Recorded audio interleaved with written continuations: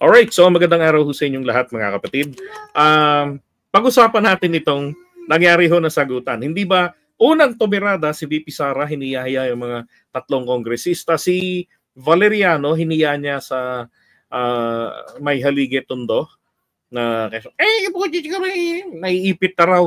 Nakakantsawan nila yung malaking tiyan, wala nang leeg, mataba kasi yun si Valeriano. Pero masipag na kongresista. Yun nga doon sa GC namin, pinakita ni Mayora Peng kanina, nakaw, mga taga-lugar nila. Pustahan nila, si ano pa rin ang mananalo, si Valeriano. Yung taga-Tondo na pubalag kay Sara.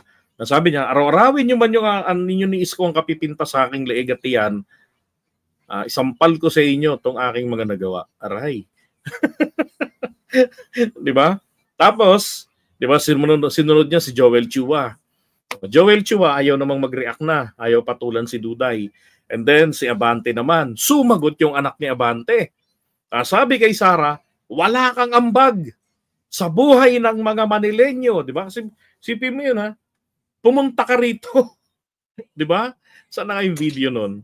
Sarap yung panoorin yung terada ng anak ni Abante sa kanya eh.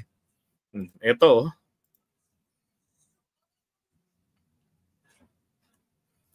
alright, come on. Ito. Yang takpan ng inyong paninira ang kakulangan nyo sa serbisyo dito sa ating distrito. Siya nga pala ang spokesperson ni Mayora Hani Lacuna. No, siya ang abogada. Abogada yan, si Attorney Princess Abante. Natural. Dating konsehal yan. Tatay niya si Pastor Congressman Ben Abante. Di magre-react talaga yan. At eto nga ho, Sheila Busted, Isko Moreno, and Sara Duterte. Hindi pa sila doon natigil. Naghanap pa ng dayo. Kala mo liga? May hugot?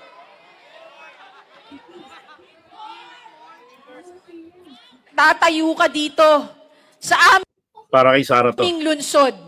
Tatayo ka sa aming distrito. Wala ka naman na ambag sa mga buhay ng aming mga kadistrito. Okay, so ngayon ho, nag-react dyan yung mga yung alipores ni Sara. At ngayon, doon sa kanilang pinakita naman po na kanilang hindi yan sagot. Yan yung pambabastos ni Sara sa tatay niya. Ito kasi sinabi niya, di ba? You stand here in our district, you stand here in our city, you have not contributed anything to the life of our districts. Yan. And shoutout ulit kay Cronali ng Walnut, California. Ito ho ang kanilang iprinisinta. Ito raw, mga ayuda, mga relief box na may laman, na mga abubot, mga pagkain, galing po sa Office of the Vice President. Tragis na yan. Akala ko naman personal. Ang tinutukoy kasi Ronnie Princess, nung sabihin niya po yun, nung sabihin niya ito, yung anong personal sa'yo na nagawa mo, na idulot mo sa mga taga rito sa amin, dito sa distrito namin. Kasi wala naman magagawa si Sara sa kanila. Di ba? Walang trabaho. Ano magagawa niya ron? I-inspire yung mga tao na suportahan natin ang ating pamahalaan. Di ba? Yun lang pinaka-the best na magagawa ng OVP. Tumulong. Mag-ayuda? Okay, that's secondary. Di ba? Pero hindi po hindi yung maghahasik ng kadiliman. Maghahasik ng tintang itim. Mandadayo pa, nag-import pa si Isko. Tapos tuwan-tuwa pa siya sa gilid. Talagang abnormal, Ngayon, post ito ni MJ Kiambao, yung isa sa mga nag-iiyak din doon sa TRICOM. Sabi niya, walang naiambag si VP sa Manila. Basa. Tayo na, sinumbat na yung mga with matching links. Hindi naman ito yung sagot Di ba?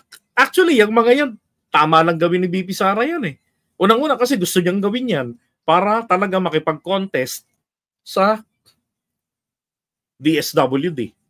Hindi niya kailangan gawin yan.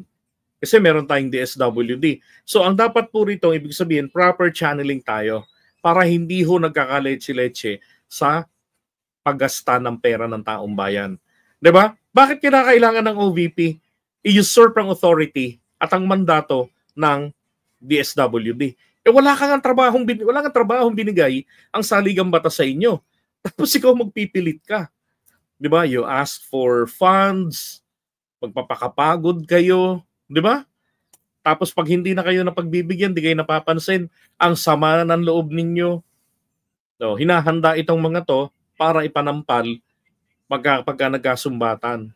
Walang iya. Hindi yan MJ ang hinahanap na sagot doon sa tanong nito ni o sa sinabi nito ni Princess. Kundi yung yung personal niya na talagang masasabi na merong naidulot siya sa kanilang distrito o diyan sa Maynila. 'Di ba? Ngayon ang ginagawa pa nga nila, obvious na obvious. Ang magiging tambalan sa 2028. 'Di ba? Napakaaga na para iparamdam ang 2028. Sobrang aga pa.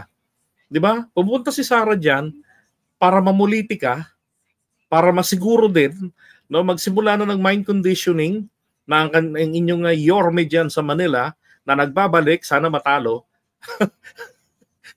Para laking hirap ng mga Duterte kung papaano maagaw ang Maynila. Kasi talo si Duterte diyan pagdating sa bilang ng boto ni PBBM at saka ni Digong noong 2016. Mas lamang parang 211,000 si Digong diyan, 300 naman ang kay PBBM na nakuha diyan.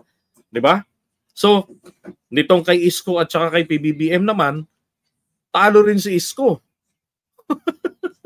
So napakabigat po kasi pag nakuha mo kasi ang kontrol ng Maynila, ng lungsod ng Maynila, parang parang yan yung yan yung pinakamukha ng bansa natin. Kaya pilit pinag-aagawan talaga makuha ang kontrol ng Maynila. Naalala niyo si Amy no, nagbalak tumakbo diyan. Kaya lang wala siyang tao diyan sa baba. Loyalista, boboto siya ng mga yan. Pero yung sabihin mo talagang sa ground na wala, iba pa rin ang LGU talaga ng mga politiko, yung mga local politicians. May yan, tao sa grassroots yung mga yan. Ay nako. Wala lang, si Sara nila hindi na nagbalik ng Maynila. Basta nakakatakot kasi magiging eksena mga kababayan. Nakikita ko dyan. Isipin mo, pupunta si Sara ng Maynila, magngangal-ngalan naman sa mga rally. Di ba? Mambabarubal. Tapos biglang sumulpot si Princess. Nako po. Tapos yung doon sa may Quiapo area, yung pinagsisigawan siya ng boo, gumaganon, tapos sigaw yung mga tao ng Marcos pa rin. Tapos kalaunan, hinaluan na ng mga vloggers ng Apple para mag-blend. Tapos biglang yung mga nasa harap ng mga cellphones, nagsisigaw na ng Duterte. Kaya kasi nabasto si Sara nung mga yon. Ganti yun. Pinagiba ni Isko yung barangay hall dyan sa Quiapo pagkatapos matalo siya dyan. Ay nako. Tapos mabalikan niya, may kasama pa siyang Sara. Isip niya siguro, para hindi ako isukan ng mga to, kailangan dala ko si Sara. Kasi si Sara, binoto ng mga to. Pag ito si Isko natalo, baka magbigti ito, sira siya kay Sara.